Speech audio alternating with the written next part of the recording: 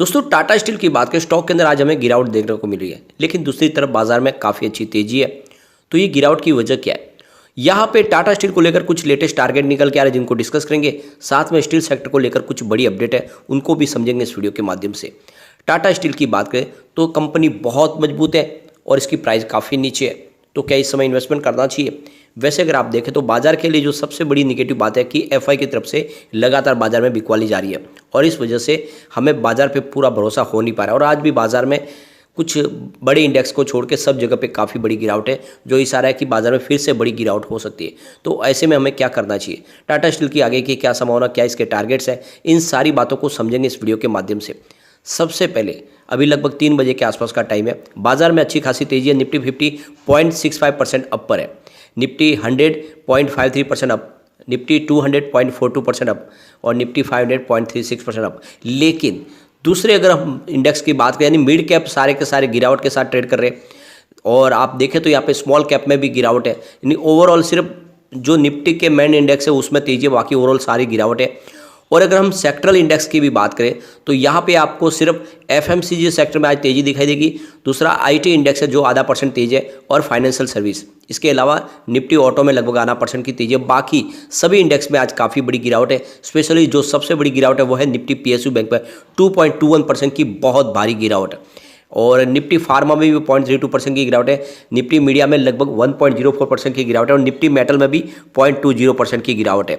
तो बाजार में भले ही तेजी हो लेकिन काफ़ी इंडेक्स है जिसमें काफ़ी बड़ी गिरावट हो रही है। इसका मतलब बाजार में ये जो तेजी है वो सभी इंडेक्स के अंदर एक जैसी नहीं है, यानी बाजार में अभी भी काफ़ी ज़्यादा वीकनेस हावी है जो जल्दी इस तेजी को खत्म कर सकते हैं। यहाँ पे अगर हम टाटा स्टील की बात करें, स्टॉक की शुरुआत 119 पर हुई और जो लो है इंट्राडे का 118 का है और हाई है 119.90 का। अभी फिलहाल स्टॉक 118.80 के आसपास है। ये एक सीमित दायरे में ट्रेड करता हुआ आपको दिखाई देगा, 0.96% की गिरावट है। अगर हम पिछले 6 महीने की बात करें, स्टॉक ने काफ़ी शानदार रिटर्न दिया है।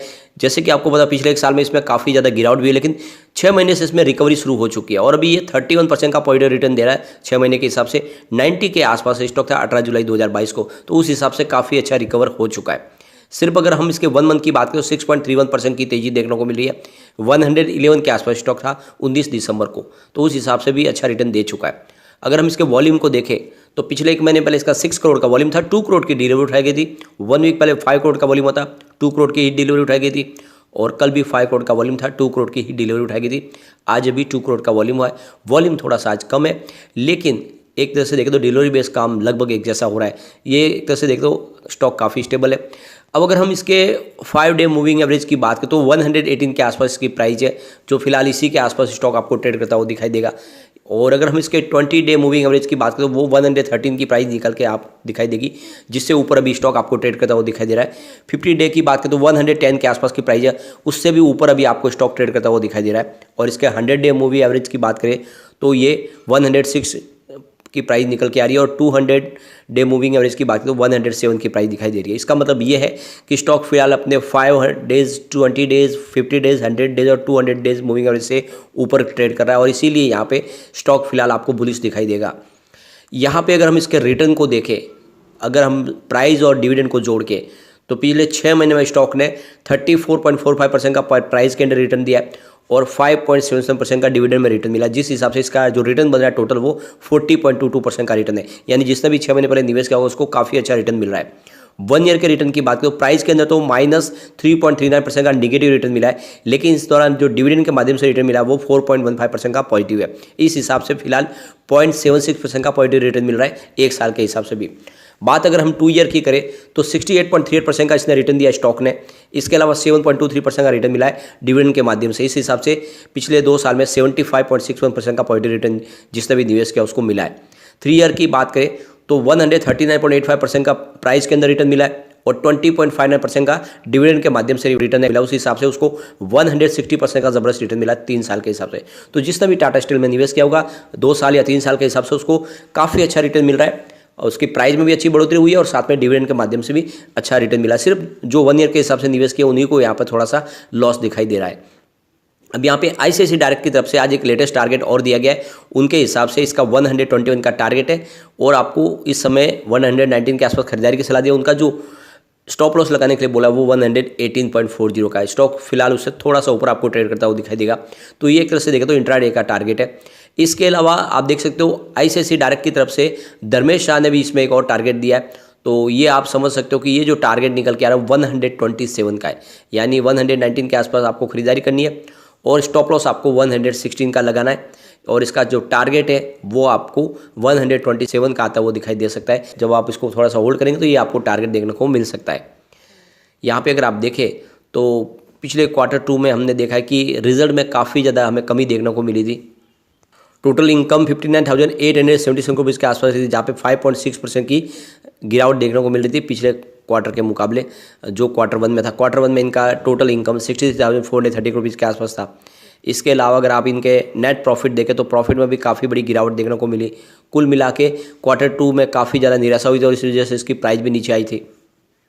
अब यहाँ पे देख सकते हो रेटिंग एजेंसी क्रिसिल का कहना है कि इस समय मेटल इंडेक्स में जो आने वाले समय कुछ पॉजिटिव संभावना बनने वाली है, क्योंकि एक तरह से जो प्राइस है वो स्टेबल होती हुई दिखाई दे रही है और इन कंपनियों को काफ़ी ज़्यादा जो रॉ मटेरियल सस्ता मिला उसकी वजह से इनको बेनिफिट भी मिला है और इस वजह से आने वाले समय में प्राइस बढ़ती हुई दिखाई दे सकती है। इस हिसाब से उन्होंने टाटा स्टील के शेयर में निवेश की सलाह दी है। उनके हिसाब से टाटा स्टील के शेयर की प्राइस इंक्रीज हो सकती है आने वाले समय में।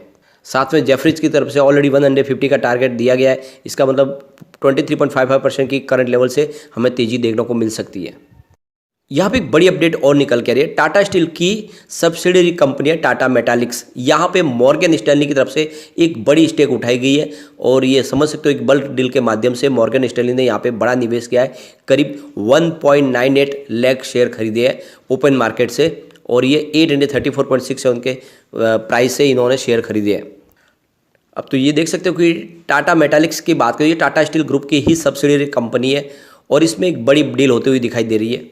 यहाँ पे दो मेजर फैक्टर है जो आने वाले समय में स्टील सेक्टर में काफ़ी तेजी ला सकते हैं। तो एक तो है चाइना की इकोनॉमी जो अब अनलॉक हो चुकी है और इसकी वजह से अगर आप देखें तो स्टील डिमांड बढ़ेगी चाइना से और ऐसे में जो मेटल कंजम्पशन बढ़ने की वजह से चाइना से जो रिक्वायरमेंट निकल के आएगी, काफ़ी समय से जो लॉकडाउन लगे हुए थे उसकी वजह से अब चाइना से जो डिमांड निकली उसको काफ़ी ज़्यादा उसका फायदा स्टील सेक्टर को होने वाला है।